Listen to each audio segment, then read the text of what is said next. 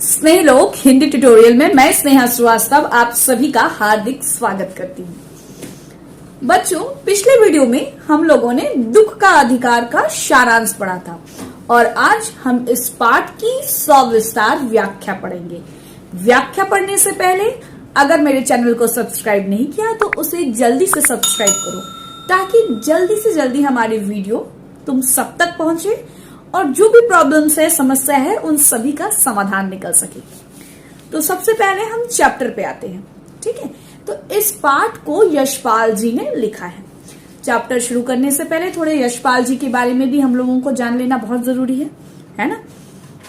कुछ एक चीजें जो अगर हम जान लें यशपाल जी के बारे में तो बहुत अच्छी बात रहेगी। इनका जन्म जो है 1903 ईस्वी में हुआ था। यशपाल विद्यार्थी काल से ही क्रांतिकारी गतिविधियों में जुट गए थे, जिसका प्रमाण हमें उनकी रचनाओं में मिलता है ना। उनकी देशद्रोही, पार्टी कॉमरेड, दादा कामरेड, झूठा सच, तेरी मेरी उसकी बात, ये सारी जो रचनाएं हैं ना कहीं देशभक्ति की भावना से, देश प्रेम की भावना से ओतप्रोत है ना। तेरी मेरी उसकी बात पर यशपाल जी को साहित्य अकादमी पुरस्कार भी मिला। अब यहाँ पर आओ, देखो उनके बारे में बता रहा है कितने अच्छी तरीके से कि यशपाल क्या मानते हैं। यशपाल जी मानते हैं कि समाज को उन्नत बनाने का, यानी समाज को प्रोग्रेसिव बनाने का एक ही तरीका है। वो क्या है? सामाजिक समानता के साथ साथ आर्थिक समानता। ठीक है, यशपाल ने अपनी रचनाओं में हिंदी के अलावा उर्दू और अंग्रेजी शब्दों का भी बेहिचक प्रयोग किया है। मतलब बहुत बिना किसी हिचक के साथ उन्होंने हिंदी रचनाओं में इंग्लिश और उर्दू के भी शब्द को डाला है। अब यहाँ पर आते हैं कि वो अपनी कहानी के बारे में हम तक कुछ संदेश या मैसेज देना चाहते हैं, है ना। ये कहते हैं, प्रस्तुत कहानी देश में फैले अंधविश्वास और ऊंच नीच के भेदभाव को बेनकाब करती हुई यह बताती है कि दुख की अनुभूति सभी को समान रूप से होती है। अब ये क्या बेनकाब कर रही है? देश में फैला जो अंधविश्वास है ना, जिसको हम अंधविश्वास होता है जिस चीज को हम आंख मूंद कर बिना किसी शर्त के साथ मान लेते हैं, है ना, जिसमें हम ये सोचते नहीं कि ये कार्य सही है, गलत है, करना चाहिए, नहीं करना चाहिए।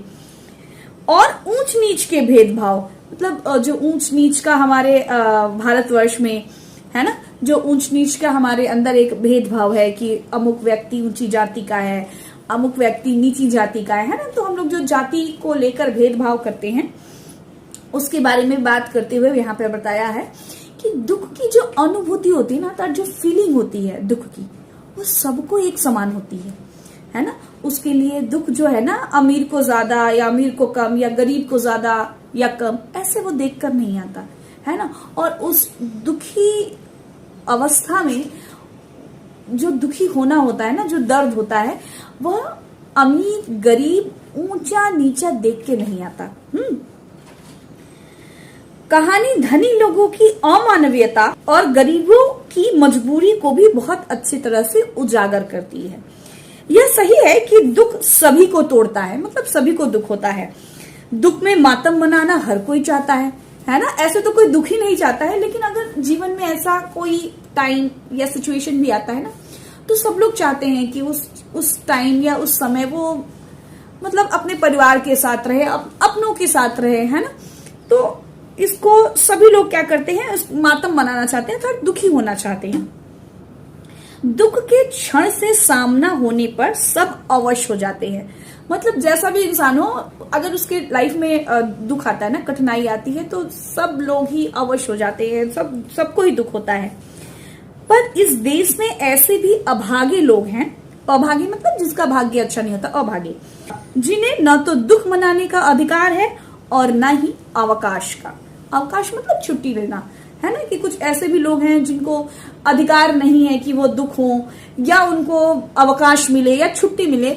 समाज हर तबके के लोगों से अलग तरह का बिहेव करता है और कई बार ये क्लासिफिकेशन इतना ज्यादा हो जाता है ना कि सामने वालों को बड़ा दुख होता है ना। और ये जो दुख की अनुभूति है वह सब लोगों को ही होती है, ऐसा नहीं है किसी को कम हो, किसी को ज्यादा हो। लेकिन इस दुख में दुखी होने का भी अधिकार समाज के कुछ एक तबकों को नहीं। कहानी आरंभ करते हैं। ये तो रही यशपाल जी ने क्या किया है, कुछ एक शब्दों में पूरे चैप्टर का जो निचोड़ जिसको कहते हैं ना, वो हमारे सामने दे दिया है। ठीक है, अब हम आते हैं पाठ पर, दुख का अधिकार। मनुष्यों की पोशाकें उन्हें विभिन्न श्रेणियों में बांट देती हैं, मतलब कैटेगरी में। ठीक है, श्रेणी अर्थात कैटेगरी। प्रायः पोशाक ही समाज में मनुष्य का अधिकार और उसका दर्जा निश्चित करती हैं। मतलब हमारी जो पोशाक है, हमारी जो ड्रेसेस हैं, वो हमें समाज में मनुष्य का जो अधिकार होता है ना, या उसका जो दर्जा होता है कि अमुक व्यक्ति कितना अमीर है, या कितना वो अच्छे घर का है, अच्छे घर से बिलोंग करता है, या कोई कितने गरीब घर से आता है। इन सारी चीजों का पता हमें क्या पहले ही हमें बिना बोले हमारी जो पोशाक है, हमारी जो ड्रेसेस है, वो बताती हैं। वह हमारे लिए अनेक बंद दरवाजे खोल देती है ना। कई बार ऐसा भी होता है कि हम पोशाक पहनकर बहुत अच्छा खासा गए और कई बार हमको उससे अपॉर्चुनिटी भी मिलती है ना। परंतु कभी ऐसी स्थिति भी आ जाती है कि हम जरा नीचे झुककर समाज की निचली श्रेणियों की अनुभूति को समझना चाहते हैं। मतलब लेखक अपनी बात कर रहे हैं ना, कि वो अनुभूति करना चाहते हैं। उस समय यह पोशाक ही बंधन और अड़चन बन जाती है। ऐसा लेखक क्यों कह रहे हैं, है ना, वो अपने बारे में ही कह रहे हैं ना, कि कई बार क्या होता है, अभी वो क्या है कि एक उन्होंने किसी को देखा है जिसके बारे में वो कुछ जानना चाहते हैं, उससे बात करना चाहते हैं, उससे मिलना चाहते हैं, लेकिन इन सारी चीजों में उनका जो पोशाक है या सामने वाले का जो पोशाक है, वो क्या बन रहा है, अड़चन बन रहा है, रुकावट बन रहा है। जैसे वायु की लहरें कटी हुई पतंग को सहसा भूमि पर नीचे नहीं गिरने देती, उसी खास परिस्थितियों में हमारी पोशाक हमें झुक सकने से रोकती रहती है। बाजार में फुटपाथ पर कुछ खरबूजे डलिया में और कुछ जमीन पर बिक्री के लिए रखे जान पड़ते हैं। ठीक है, यहाँ पर एक बाजार की बात की जा रही है कि बाजार में क्या है, एक फुटपाथ पर कुछ खरबूजे लिए, खरबूजा अर्थात मस्कमेलन। खरबूजों के समीप एक अधेड़ उम्र की औरत बैठे रो रही है, अर्थात एक बूढ़ी औरत बैठे रो रही है। खरबूजे बिक्री के लिए थे, मतलब बेचने के लिए थे, परंतु उन्हें खरीदने के लिए कोई कैसे आगे बढ़ता। खरबूजों को बेचने वाली तो कपड़े से मुंह छिपाए सिर को घुटने पर रख के फपक फपक के रो रही थी। मतलब ये रोना देखकर भी तो कोई आएगा नहीं ना उसके पास, तो ये कह रहा है कि कोई उससे सामान भी कैसे खरीदे, है ना, खरबूजा खरीदे भी तो कैसे खरीदे। पड़ोस की दुकानों के तख्तों पर बैठे या बाजार में खड़े लोग घृणा से उस स्त्री के संबंध में बात कर रहे हैं। मतलब आसपास के जो लोग हैं घृणा से उसके बारे में बात कर रहे हैं। उस स्त्री का रोना देखकर मन में एक व्यथा सी उठी। किसकी? लेखक की, है ना, कि वो जो रोना है ना, वो लेखक को अच्छा नहीं लग रहा है ना। पर उसके रोने के कारण जानने का उपाय क्या था? मतलब उसके वो रो रही है ना, तो लेखक जानना चाहते कि वो क्यों रो रही है। ठीक है, फुटपाथ पर उसके समीप बैठ सकने में मेरी पोशाक ही व्यवधान बनकर खड़ी हो गई। व्यवधान मतलब अड़चन, रुकावट, है ना। तो इसके बारे में उन्होंने पहले ही बात करी ना, अभी पोशाक के बारे में। ठीक है, अभी समझ में आ रहा है कि क्यों वो पोशाक के बारे में बात कर रहे थे, है ना, कि अभी जो औरत है वो रो रही है फपक फपक के, तो लेखक के अंदर में क्या है कि वो जानना चाहते हैं कि वो औरत जो है वो क्यों रो रही है, लेकिन उनका पोशाक ही उस औरत के समीप जाने में या उससे बात करने में अड़चन बन रहा है, रुकावट बन रहा है। एक आदमी ने घृणा से एक तरफ थूकते हुए कहा, क्या जमाना है, जवान लड़के को मरे पूरा दिन नहीं बीता, ये बेहाया दुकान लगाकर बैठी है। ठीक है, अब यहाँ क्या समझ में आ रहा है कि एक आदमी बोल रहा है कि ये जो औरत है ये बड़ी बेहाया है, मतलब इसमें हया नहीं है, अर्थात शर्म नहीं है। क्यों नहीं है? क्योंकि इसका लड़कों को मरे हुए अभी पूरा एक दिन भी नहीं बीता है। दूसरे साहब अपनी दाढ़ी खुजाते हुए कह रहे थे, अरे जैसी नीयत होती है अल्लाह वैसी ही बरकत देता है। मतलब वो व्यक्ति भी उस पर क्या कर रहा है, व्यंग करके कह रहा है कि अरे व्यक्ति की जैसी नीयत होती है ना, ठीक है, वैसे ही बरकत भी होती है, अल्लाह बरकत भी देता है, मतलब वैसे ही उसकी चीजों में वृद्धि भी होती है ना। सामने के फुटपाथ पर खड़े एक आदमी ने दिया सिलाई की तिल्ली से कान खुजाते हुए कहा, अरे इन लोगों का क्या है, ये कमीने लोग रोटी के टुकड़े पर जान देते हैं। इनके लिए बेटा बेटी, खसम लुगाई, धर्म ईमान सब रोटी का टुकड़ा है। मतलब वो भी उस पर क्या कर रहा, कमेंट कर रहा है। 2-3 आदमी जो है वहां के जो आसपास के लोग हैं सब उस पर क्या कर रहे हैं, व्यंग कर रहे हैं, है ना, कमेंट कर रहे हैं।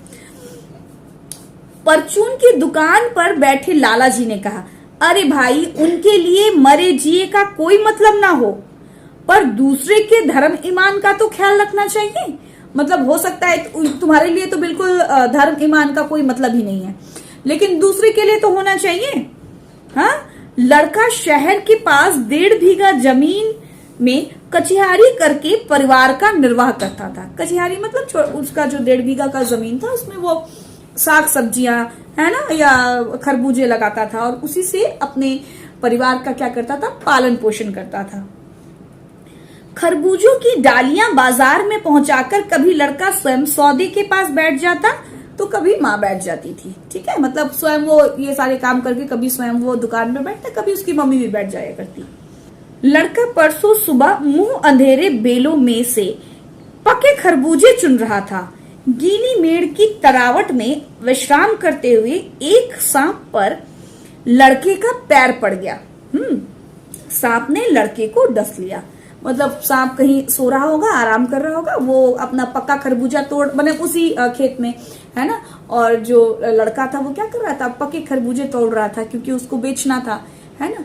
उसी में उस लड़के का पांव सांप पर पड़ गया होगा और सांप ने डस लिया, मतलब काट लिया। लड़के की बुढ़िया माँ बावली होकर ओझा को बुला लाई। बावली अर्थात पागल जैसी होकर, मतलब ये तो बहुत बड़ी बात है ना, किसी के लड़के को अगर सांप ने डस दिया तो एक माँ क्या करेगी, बिल्कुल कि जैसे भी हो पहले लड़के को बचाना है ना। तो गांव वगैरह में क्या होता है कि अगर इस तरह की कुछ चीजें होती है ना तो पहले वो ओझा वगैरह को बुला लाते हैं कि झाड़ फूक करके ठीक हो जाए। तो वो ओझा को बुला लाई। झाड़ना फूकना हुआ, नागदेव की पूजा हुई। पूजा के लिए दान दक्षिणा चाहिए। घर में जो कुछ आटा और अनाज था दान दक्षिणा में उठ गया। मतलब घर में इन सारी चीजों में उसको ठीक करने के लिए तो भगवान की पूजा भी हुई, दान दक्षिणा भी दी जाती है ना। तो दान दक्षिणा में घर का जो अनाज चावल था वह सब भी खत्म हो गया। माँ, बहू और बच्चे भगवाना से लिपट लिपट कर रोए। भगवान अर्थात उसका जो लड़का था उसका नाम भगवाना था, है ना। पर भगवाना जो एक दफे चुप हुआ तो फिर ना बोला, मतलब वो मर गया, है ना। सर्प के विष से उसका सब बदन काला पड़ गया था। जिंदा आदमी नंगा रह सकता है, परंतु मुर्दे को नंगा कैसे विदा किया जाए। देखो यहाँ पे कितनी बड़ी बात कह रहे हैं समाज की, कि अगर कोई व्यक्ति जिंदा है ना तो भी वो क्या कर सकता है, नंगा रह सकता है। नंगा अर्थात कि फटे पुराने जैसे तैसे कपड़े पहन के भी वो रह सकता है, परंतु मुर्दे को नंगा कैसे विदा किया जाए, है ना। मतलब तुम्हारे पास है नहीं है वह बहुत मायने नहीं रखता, है ना। उसके लिए तो बजाज की दुकान से नया कपड़ा ही लाना होगा। मतलब उसे नया कपड़ा चाहिए, है ना। जब मर जाते हैं तो जो कफन पहनाते हैं ना वो बिल्कुल नया होता है, ठीक है। चाहे उसके लिए माँ के हाथों की छन्नी कंगना ही क्यों ना बिक जाए। मतलब छोटी मोटी जो माँ ने हाथ में कुछ पहनी हुई आभूषण जो भी तुम कह सकते हो, वह भी क्या हुआ, माँ ने उसको बिक्री कर दिया, बेच दिया, और उससे जो भी थोड़े मोड़े पैसे आए, है ना, उससे उन्होंने क्रियाकर्म किया। भगवाना परलोक चला गया। घर में जो कुछ चूनी भूसी थी सो उसे विदा करने में चली गई। मतलब जो कुछ भी बचा खुचा था, पहले तो दान दक्षिणा में गया, है ना, ओझा को पैसा दिया गया या दान दक्षिणा में जो भी दिया गया, घर का बचा कुचा चीज, माँ के पास जो कुछ बचा कुचा, कहते हैं ना कि जो आभूषण या तुम कुछ भी कह सकते हो कि जो पहना था उन्होंने, है ना, वह भी क्या हुआ, उन सारी चीजों में चला गया। अब उनके घर पे कुछ भी नहीं बचा। बाप नहीं रहा तो क्या, लड़के सुबह उठते ही भूख से बिलबिलाने लगे। तो बच्चे को क्या ही मालूम कि क्या चल रहा है नहीं चल रहा है ना। और भूख तो ऐसी चीज है जो मतलब वो लगेगी, ये एक प्राकृतिक चीज है, इसे रोकना या इस पर नियंत्रण पाना, है ना, बहुत मुश्किल होता है। तो बच्चे क्या कर रहे हैं, भूख से बिल्कुल रो रहे हैं, बिलबिला रहे हैं, बहुत रो रहे हैं। दादी ने उन्हें खाने के लिए खरबूजे दे दिए। खरबूजा था उनके पास, है ना, वो खरबूजे दे दी कि खा लो। बहू को क्या देती? बहू का बदन बुखार से तवे की तरह तप रहा था, मतलब बहुत गर्म था, उसको बहुत जोर का फीवर आया था, बुखार आया था। अब बेटे के बिना बुढ़िया को दुअन्नी चौन्नी भी कौन उधार देता, है ना। अभी क्या हो रहा है कि बुढ़िया का तो लड़का है नहीं, भगवाना है नहीं, है ना, तो अब इनको उधार भी कौन देगा, है ना। शायद जब भगवाना रहता तो कुछ 2-4 पैसे किसी से उधार में मिल भी जाते, है ना, कि वो चुका देगा बाद में। लेकिन अब तो किसी से मांगने पर भी कोई देगा नहीं, कि अब कौन चुकाएगा, है ना। बुढ़िया रोते रोते और आंख पोंछते पोंछते भगवाना के बटोरे हुए खरबूजे डालियां में समेटकर बाजार की ओर चली। और चारा भी क्या था।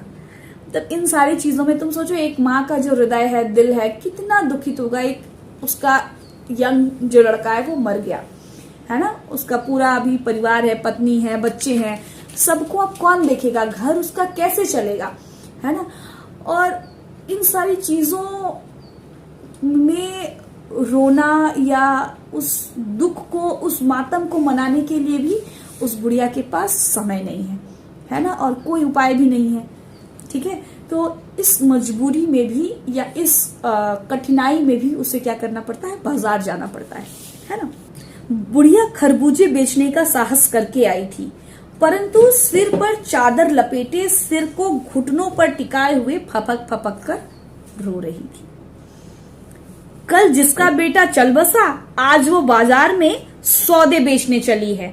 हाय रे पत्थर दिल, है ना। क्या कह रहा है कि कितनी पत्थर दिल औरत है। लोग कह रहे हैं ना कि अभी तो लड़का मरा नहीं कि वो सौदा बेचने आ गई, मतलब वो काम करने के लिए आ गई, है ना। उस पुत्र वियोगिनी के दुख का अंदाजा लगाने के लिए पिछले साल अपने पड़ोस में पुत्र की मृत्यु से दुखी माता की बात सोचने लगा। अब लेखक क्या कह रहे हैं, फ्लैशबैक में सोच रहे हैं ना कुछ बातें। ये तो उन्होंने सारी चीजें देख ली, समझ ली, अब उनको कुछ बात याद आ रही है। उस पुत्र वियोगिनी के दुख का अंदाजा लगाने के लिए पिछले साल अपने पड़ोस में पुत्र की मृत्यु से दुखी माता की बात सोचने लगा।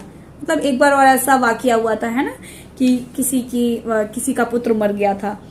वह संभ्रांत महिला पुत्र की मृत्यु के बाद 2.5 मास तक पलंग से उठ ना सकी थी, है ना। मतलब वो जो संपन्न महिला थी समाज में, ठीक है, अच्छे घर की महिला थी, अच्छे घर का मतलब आर्थिक, है ना, आर्थिक रूप से भी वो अच्छी थी। उसने अपने पुत्र की मृत्यु पर 2.5 मास तक का शोक मनाया था। मतलब वो पलंग से भी नहीं उठी थी। उन्हें 15-15 मिनट पर पुत्र वियोग से मूर्छा आ जाती थी। मतलब वो बार-बार 15-15 मिनट पर क्या हो रहा था, वो बेहोश हो जा रही थी, मूर्छा आ जा रही थी। मूर्छा न आने की अवस्था में आंखों से आंसू न रुकते। 2-2 डॉक्टर हरदम सिराहने बैठे रहते। मतलब उनके पास 24 आवर्स उनकी देखभाल करने के लिए 2-2 डॉक्टर थे, है ना। हरदम सिर पर बर्फ रखी जाती। शहर भर के लोगों के मन उस पुत्र शोक से द्रवित हो उठे थे। मतलब इस जो संभ्रांत महिला का जो दुख है, इसके दुख में पूरा का पूरा जो समाज है, पूरे के पूरे जो लोग हैं आसपास पड़ोस के, जान पहचान की, वो सब शरीक हुए थे, सब सम्मिलित हुए थे उसके दुख में, है ना। जब मन को सूझ का रास्ता नहीं मिलता तो बेचैनी से कदम तेज हो जाते हैं। मतलब अभी लेखक को समझ में नहीं रहा, क्योंकि दर्द तो यहाँ दोनों माओं को है ना। वो जो संभ्रांत महिला की बात कर रहे हैं कि पिछले साल उसके साथ भी ऐसा हुआ था, तो उसने इतने दिन का शोक मनाया था। दर्द तो उसको भी हुआ, और दर्द इस खरबूजा बेचने वाली महिला को भी हो रहा है। दोनों के दर्द में, दर्द तो सबको होता है ना, दुख तो सबको हो रहा है, दोनों माओं को हो रहा है। उनको कुछ समझ नहीं आ रहा। लेखक को कह रहे हैं कि जब सूझ का रास्ता नहीं मिलता तो कदम क्या होते हैं, बहुत तेज बढ़ने लगते हैं। वो उनके कदम तेज हो गए हैं। उसी हालत में नाक उठाए राह चलतों से ठोकरे खाते मैं चला जा रहा था। मतलब वो लेखक अपने ख्यालों में वो चले जा रहे हैं, वो उनका ध्यान कहीं और है। कई बार ऐसा भी हो रहा है कि वो ठोकर भी, किसी से ठक्कर भी लग जा रहा है ना, और रास्ते में चले जा रहे हैं। उनके दिमाग में आ रहा है ये बात, शोक करने, गम मनाने के लिए भी सहूलियत चाहिए। मतलब शोक करने और दुखी होने के लिए भी सुविधा चाहिए, सहूलियत चाहिए। दुखी होने का भी एक अधिकार होता है। अर्थात दुख मनाने का भी मनुष्य को एक अधिकार मिलता है ना। एक तरफ एक गरीब माँ है जिसको दुख मनाने का अधिकार नहीं है। क्यों? क्योंकि अगर वह दुख मनाने बैठ जाएगी तो उसके परिवार का पालन पोषण कौन करेगा, है ना। उसकी जो बहू है उसकी तबीयत खराब है, बच्चे भूख से बिलख रहे हैं, उन लोगों को कौन देखेगा। बुढ़िया बिल्कुल विवश है। और दूसरी तरफ वो संभ्रांत महिला है ना, जो 2.5 महीने तक अपने पलंग से ना हिली, 24 आवर्स उसके पास 2 डॉक्टर उसको देखने के लिए या उसको चेक करने के लिए बैठे हुए हैं, है ना। तो यहाँ पर 2 माओं के दर्द को दिखाया गया है कि दर्द तो हर माँ को एक ही होता है ना, लेकिन हर माँ को उस दुख मनाने का अधिकार नहीं है। क्यों? क्योंकि समाज ने हमें इस दुख मनाने का अधिकार सबको समान रूप से नहीं दिया। आज का हमारा ये वीडियो यहीं तक। नेक्स्ट वीडियो में प्रश्नोत्तरी के साथ हम जल्द ही आपसे मिलने के लिए आएंगे। तब तक के लिए अगर वीडियो को सब्सक्राइब नहीं किया तो जल्दी से सब्सक्राइब करें। अपने दोस्त साथियों को, भाई बहनों को हमारा ये वीडियो शेयर करें ताकि उनकी भी हिंदी संबंधी जो भी असुविधाएं हैं वो अच्छे से क्लियर हो सके। जल्दी मिलते हैं, तब तक के लिए स्वस्थ रहें, खुश रहें।